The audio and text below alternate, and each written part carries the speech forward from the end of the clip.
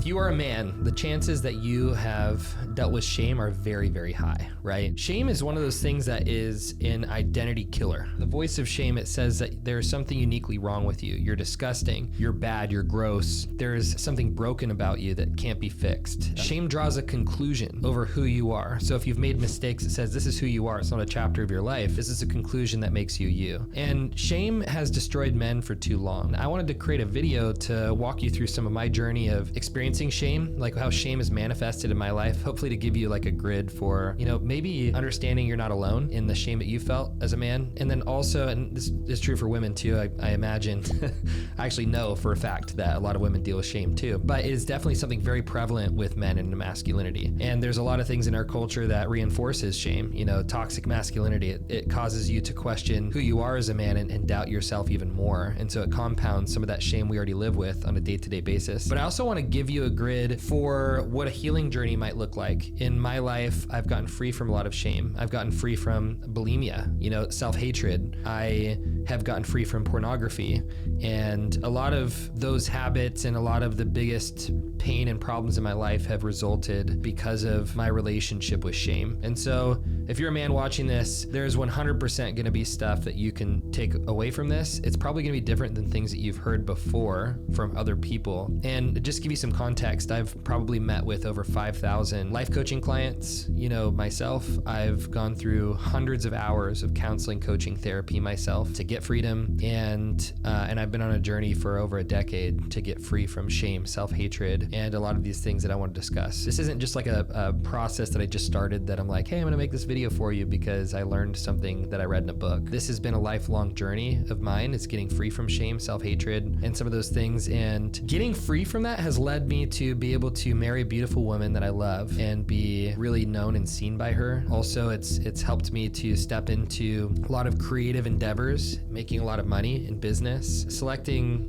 business opportunities and other opportunities that actually attribute to my value and aren't beneath or below me. It's helped me to start raising my son while actually believing like, I have what it takes most of the time. I still have my own things that I'm working through on a day-to-day basis. But I believe this is so important for men to work through, otherwise they'll have no confidence. And if you're watching this and you don't have any confidence, I just want to tell you that there is a way through it. Let me back up and kind of jump into my story real quick. So I, for 15 years, dealt with a struggle with pornography. When I was 10 years old, I was sitting around a group of boys in 6th grade that were talking about sex and sexual positions. And, one of the guys, Tommy, who'd gone through puberty before everybody, so he was obviously seen as like the alpha male in the group, was talking about this girl he was having sex with in the 6th grade. It was crazy. Like, are you kidding me? I mean, I was like picking my nose and still playing video games at that point. Like, I didn't know what I was doing. And these kids were already like well known in it, or at least they were putting off that image. And this guy was talking about this stuff, and I just sat there in this group feeling totally insignificant because I didn't know what they were talking about. I got home that night from school and I think sports, and I stayed up super late and used our family computer and educated myself on porn. This is so crazy, guys. I didn't even know what I was doing. The first time I masturbated, and I didn't know what I was doing. I had no idea how to, which is ridiculous. But so many of us men probably felt that way in the beginning. And it's a very weird pressure that men have to know what they're doing all the time with everything. And when do you ever get to learn or be fathered and learn things? I didn't have that. So I got educated and I became very addicted to porn because of the feelings it gave me. But I grew up in church and I grew up around a lot of Christians, and they just kind of made a big deal about that sin, made it bigger than everything else. And I felt a lot of shame growing up in that culture. And all I ever received was disciplines and you need to talk about this and know that there is that part of you that is a sin nature, and if you don't feed it, then you'll get better. And I didn't get better. And I did that for years and over a decade, and it didn't make me any better. It wasn't until I learned to love myself in the midst of the behaviors that I judged that I got free. I got to the point where I was like, I'm going to commit to loving Spencer in the midst of watching porn, in the midst of these disgusting behaviors and acts. And I remember one day going to open my laptop and I closed it because I was like, I don't want this. And it was like, whoa, I took a step back and I was like, oh my gosh, I just realized that I don't want this anymore. Not because of discipline, but because I love myself too much.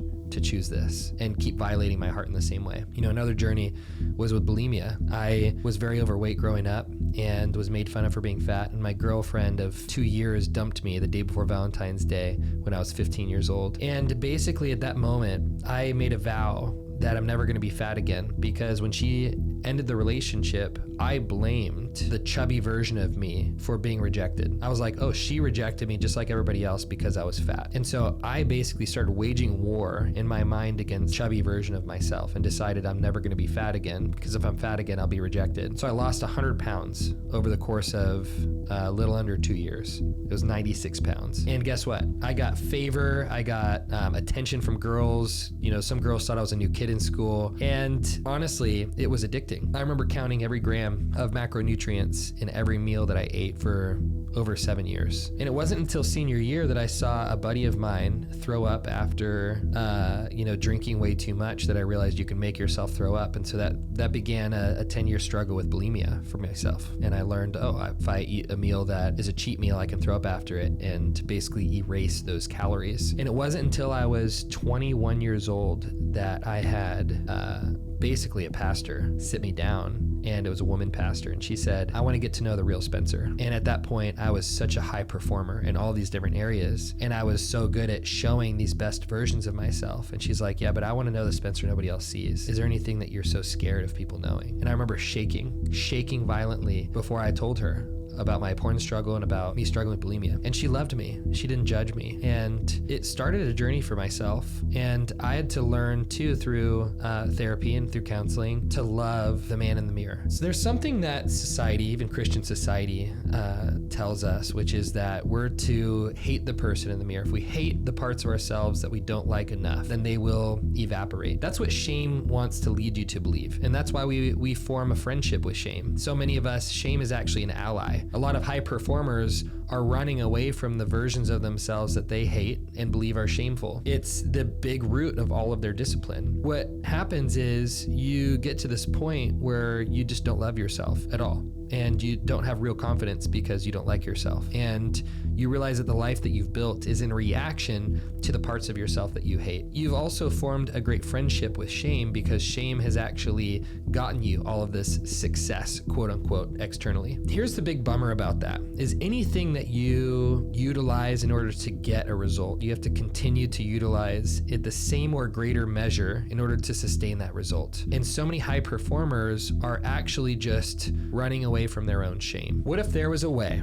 for you as a man to face yourself in the mirror and go, I actually like you, and I'm so sorry. I'm so sorry that I've been the main culprit of accusation against you, that I've been the person that has shamed you, that I've been the person that's hated you, to bring results into your life. How would a 4-year-old respond to you as a father if that's how you treated a 4-year-old? Would they feel safe with you? Would they want to spend more time with you? Would that 4-year-old trust you with the scary things in his or her life? Probably not. What if that's actually what you've been experiencing in your life, and the reason why you don't feel connected to yourself is because you formed a very terrible relationship with shame? I'm asking these questions because I want you to think about this stuff, not because I want you to rush into an answer and fix another problem in your life, but because I think it's important to address these questions and also ask the question, have I invited shame as a friend into my life to train me? If you've done that, you probably have to do a little bit more digging. If you want to have any capacity as a man to love a woman, to love a child, to love your friends, to be somebody that is actually connected to yourself and connected to people, this is a relationship that you want to address, your relationship with shame. Here's what I'll leave you with, okay? If you accept this challenge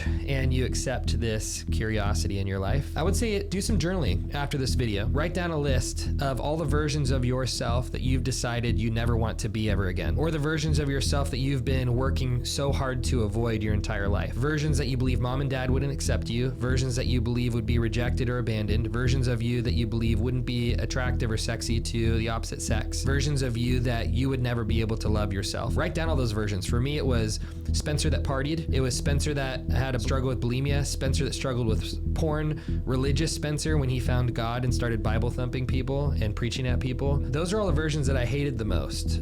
Prideful, egotistical Spencer. Actually, those were all versions that just needed a lot of love. And I was the main reason he didn't get love, because I was the person person that held a stiff arm against love, holding it back. So I couldn't get the very thing my heart needed in order to step into my confident, true identity. Okay, so I think that's the starting journey for you, so that you can get to the point where you can take ownership for having hated those versions of you and actually say to those versions of you, I'm sorry. I had to look 12-year-old chubby Spencer in the mirror and say, I'm so sorry I've hated you for so long. Will you forgive me? And I think that begins the process for you getting free from shame, you stepping into a truly confident place within your heart and not just at a surface level. Hope this video is helpful. I'd love to hear your thoughts in the comments if you guys enjoyed it. If not, then don't freaking say anything. Just kidding. If you want more videos like this, subscribe to the channel. I'll see you on the next video.